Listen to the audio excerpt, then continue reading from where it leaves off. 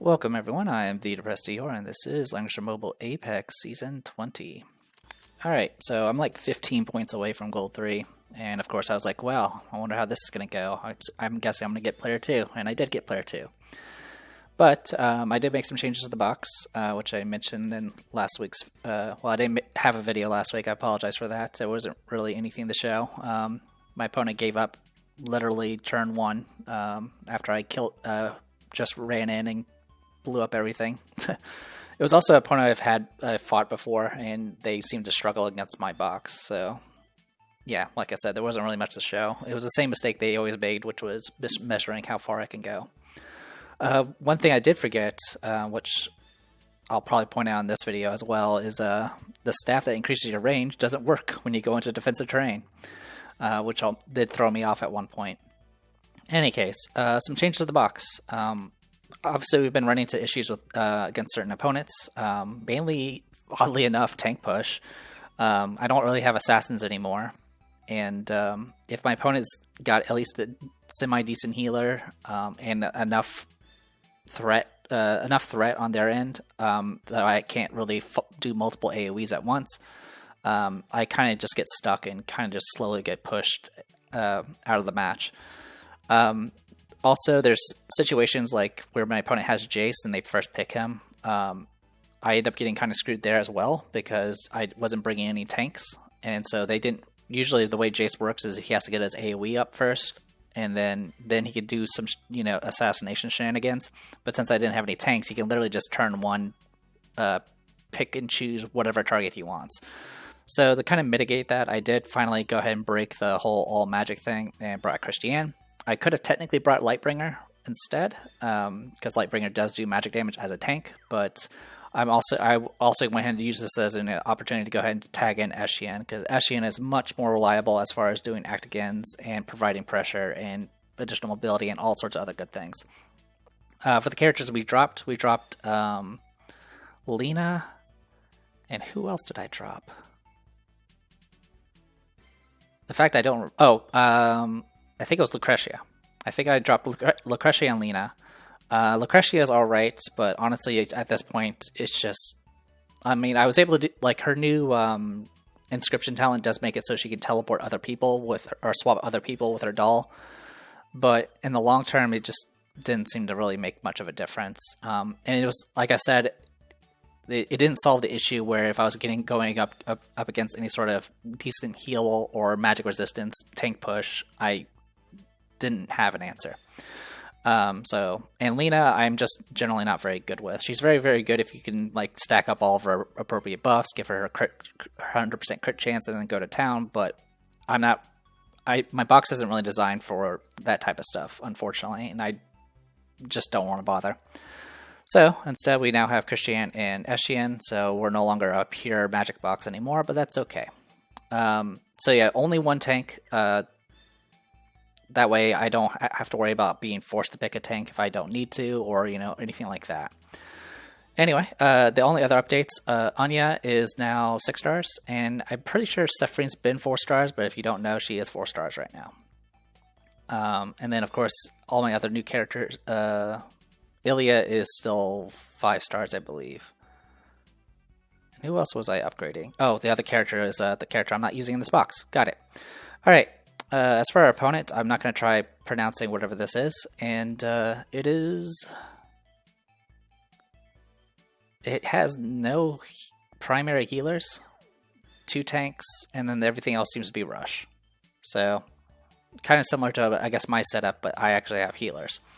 I go ahead and ban Anya right off the bat. I've definitely been running into some matches where Anya has been kind of a problem. The biggest issue is the fact she gets an act again on top of her duplicating things. Furthermore, the duplicate always copies everything. So, for example, if you just take your time with Aurelia and just stack up her buffs without actually triggering them, Anya could just copy that and then go to town. So yeah, I went ahead and I was like, I can't really risk it. I have to get rid of her first. So get rid of her first. They go ahead and get rid of my Ilya first. And they go ahead and grab Isolde. So I was like, alright, well, I don't want to deal with Ilya. I definitely can't really afford to deal with Sovereign the Ice Abyss right now. The rest of this, I'm like, there's definitely a lot of scary stuff. Nemia can 1-turn AoE. Jace right now can 1-turn Assassinate.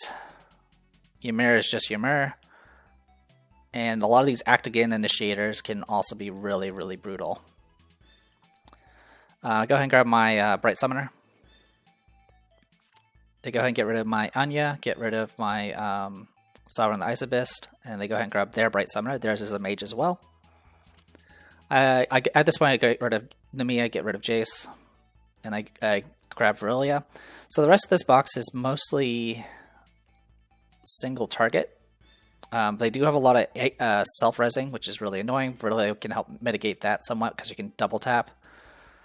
They go ahead and get rid of my Eshian, get rid of my Awakened one, and they grab Lightbringer. They grabbed a tank right at this point, so I was like, all right, perfect. I was actually concerned they grabbed something else, so I was like, okay, I can get rid of the Awakened one at this point, which I do. I get rid of Awakened one, get rid of Eshian, and I go ahead and grab Audun Kelmo.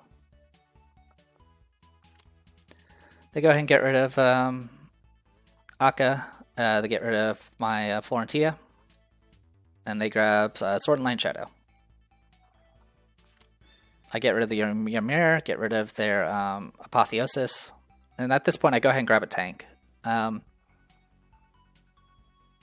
at this point I grabbed a tank because obviously the combo here would be Bright Summoner, summons, runs in, does shenanigans, followed up by Sword and Light Shadow teleporting in and doing even more shenanigans. I definitely took a little bit of a risk on this final pick. They go ahead and ban Liana, they go ahead and ban Alia, and they go ahead and grab a Kai F for their side, which theirs is a cavalry type.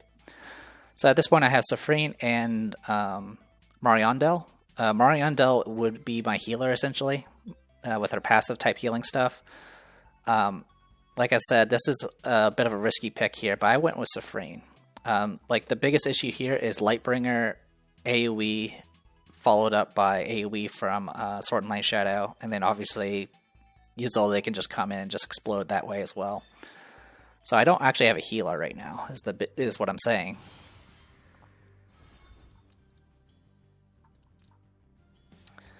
But let's go ahead and go over what they have. So Akaya here is cavalry, so her base attack is physical, but of course her 3C can change that.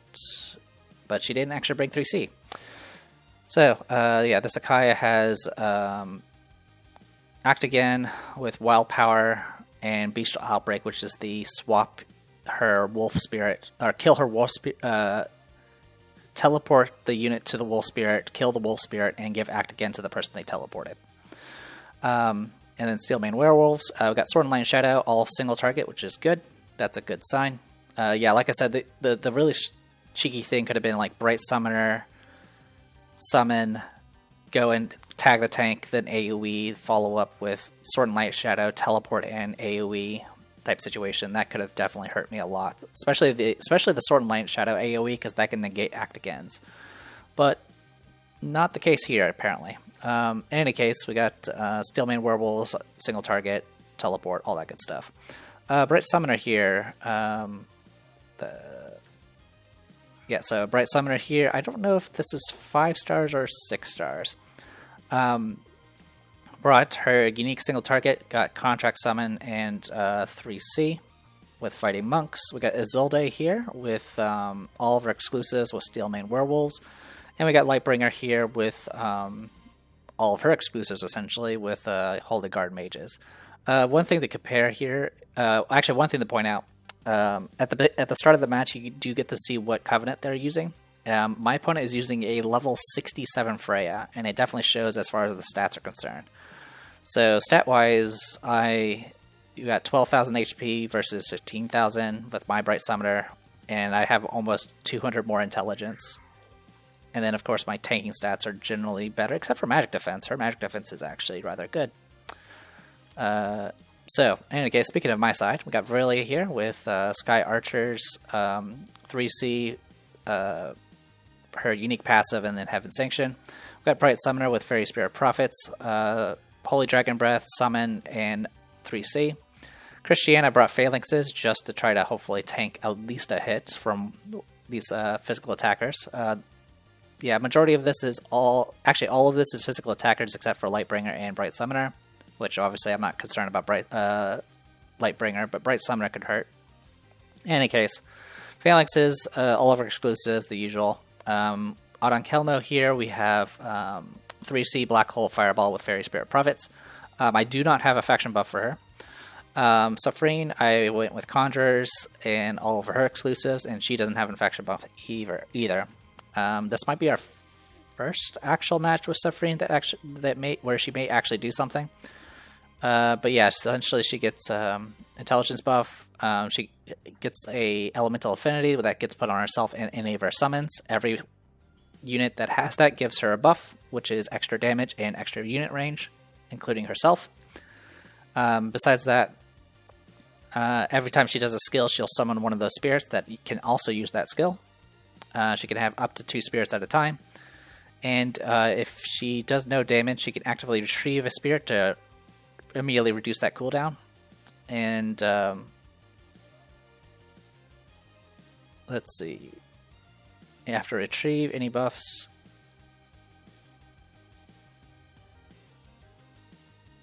Yeah, something along those lines. Anyway, as for exclusives, Mystic Aura is every time she uses... After using an active skill, you can swap positions with an allied unit possessing an elemental affinity. That's essentially her spirits. The active is she can put either on herself or a spirit, a shield that reduces that soaks damage for her. It does 3 times int, which is pretty great.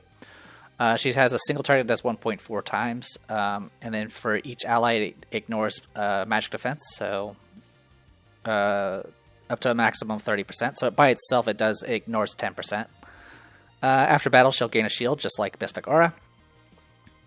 And obviously, if she has soldiers, soldiers will also attack, and is not affected by melee damage reduction. And then finally, Elemental Annihilation is her 3C. Attacks all enemies in 3 straight lines, doing 0.36 times AoE damage. Applies a Elemental Distortions terrain effect that doesn't do too much.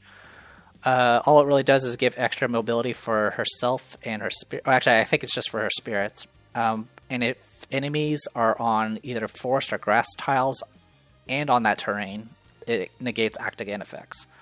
Unfortunately, the majority of this field is path, so it doesn't actually do anything. Oh yeah, it negates... let's see. Oh yeah. That's all that, pretty much. So I think I'm missing something here about this. I think when you do this, the eating of a spirit, you do get an act again, I think. But I don't remember how it works. In any case, that's what we got. Let's go ahead and dive into this. So yeah, the big thing to note about their Sprite Summoner is theirs does not have plus movement. Also, she started 1 tile back. So there's no way she can actually reach us turn 1, which is nice. For the most part, I don't think she would have gotten killed because of Christiane's aura. But it's still nice to know. So my opponent goes right off the bat with the Akka opener. So act again, gets spirit, and then immediately kill the spirit to give everyone 30% attack and intelligence and 2 extra mobility. Now I believe Bright Summoner could reach us.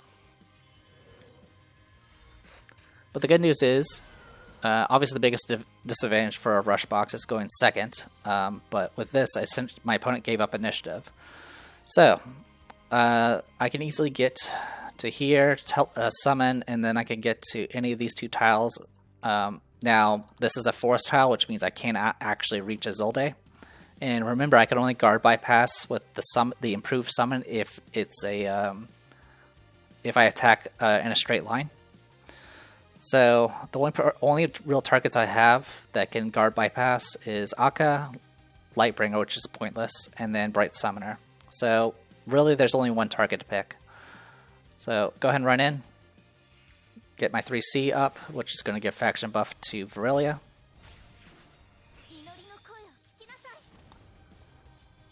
And then I move in to attack Bright Summoner. I was actually prepared to do a follow-up. I actually kind of wished I could have done a follow-up. But I got killed, so I didn't get the act again. But I did get rid of Bright Summoner, which means I won't get turn 1'd. Yeah, that pretty much... So, yeah, what could have happened was Bright Summoner could have gone in rushed and did all that stuff I mentioned before. Minus the AoEs, it would have been just mostly just slugging away at us. But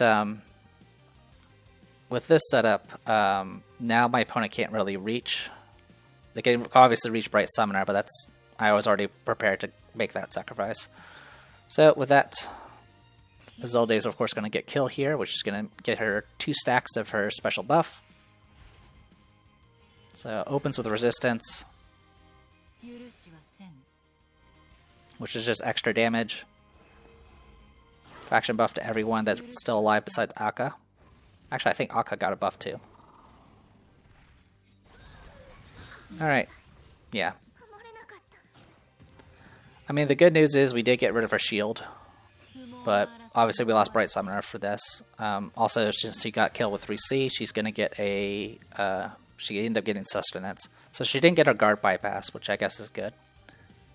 Yep, so yeah, I buffed everyone. Akka is also... I can't remember the faction name.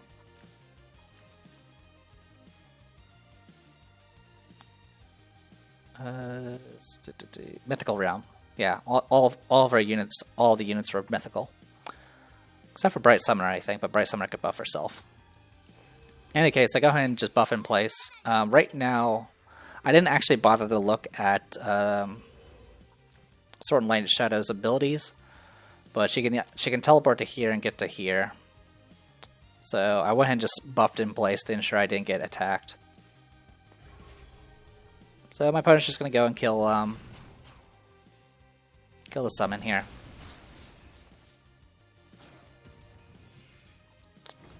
All right, more spirit soul shards been put out. All right, so I can get to here with Virelia. Unfortunately, that is outside of double tap Heaven Sanction range because the span gets reduced. I can do 3C, but again, outside span range. So I was like, all right, I need to get something set up here. And I definitely want to get, I definitely need to get rid of at least one of these two. If I can get rid of one of these two, I can probably have Christiana endure long enough. So I go ahead and do Elemental Annihilation. No faction buff, just going to be 3C here. Does some damage.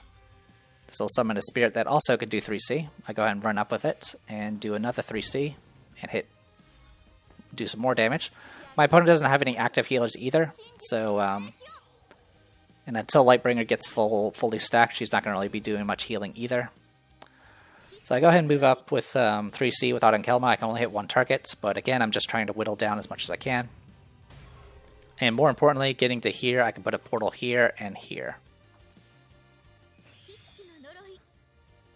Also, my opponent moved up with Lightbringer, which is actually exactly what I needed. So I can go to here, move again to here, 3C to here, and hit everyone except for Akka.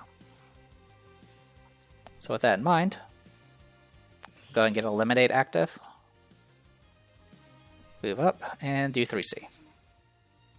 So this will kill Isolde, no question. It's going to take a life off of Sword and Light Shadow. And then I'll teleport back through the portal.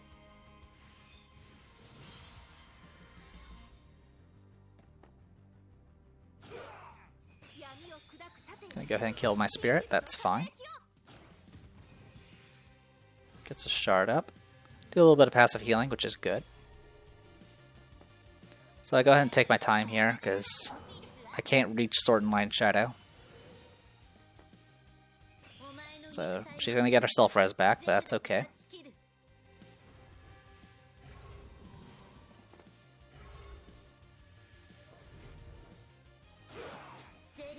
So yeah, first strike, but I also have first strike on my tank now.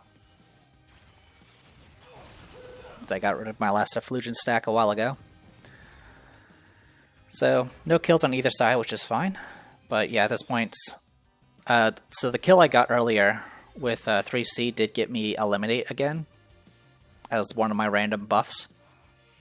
And so I was able to double tap here and just finish off the match here. So yeah, all they had left was Akka.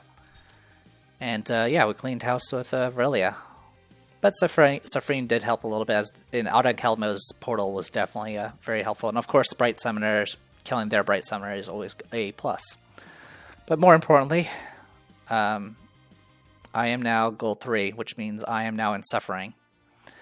Yeah, our win rate wasn't too great. I mean, I think we started with an okay win rate, and then I went on quite a losing streak. Like I mentioned, like I'm running into issues against certain boxes. Obviously, against other rushes, I tend to be at a disadvantage because for some reason it's always me as player 2. But in the case of, like I mentioned, I'm starting to lose against tank push, which is usually something I'm a bit better at dealing with. And then there's also a number of, getting rushed first and not having a tank kind of give my opponent a lot more flexibility than me when it came to exchanges. So, yeah, like I said, the plan here was just to bring in one additional tank, or one tank at least, and then have Eshian to help with the actual act again stuff. With this, we now have 3 act agains, which will be great with Enya if we ever get to use her, which will probably be never. But everything else about this box I'm kind of okay with for now. More importantly, like I said, getting to gold 3 was really just the goal, because I wanted to get the better rewards, but also to get the fancy Jessica skin here. I don't expect too much for the next few weeks. I know in a couple of weeks we'll be dealing with LLR Vargas, and things are going to get much, much worse at that point. But for now, the box is doing okay. I do kind of want to go back to Assassin at some point, but honestly, it's just too hard against most of the boxes I go up against. Probably the most annoying thing is every time I switch the box, I seem to go up against the exact things that are difficult for me to deal with. But at least we're kind of at least the matches are fast. That's one thing to note compared to tank push. So yeah, that's pretty much it on my end. Really been just kind of going through the motions for the past couple of weeks because I've just been busy and all sorts of things. So for those who are still been watching this, thank you for watching. And we still got a few more weeks of point matches, so hopefully we'll be able to show off a few more matches for Season 20. And then hopefully get some new characters in the future. So I am the Depressed Hero. This is Langrisser Mobile Apex Season 20. I'll see you guys later.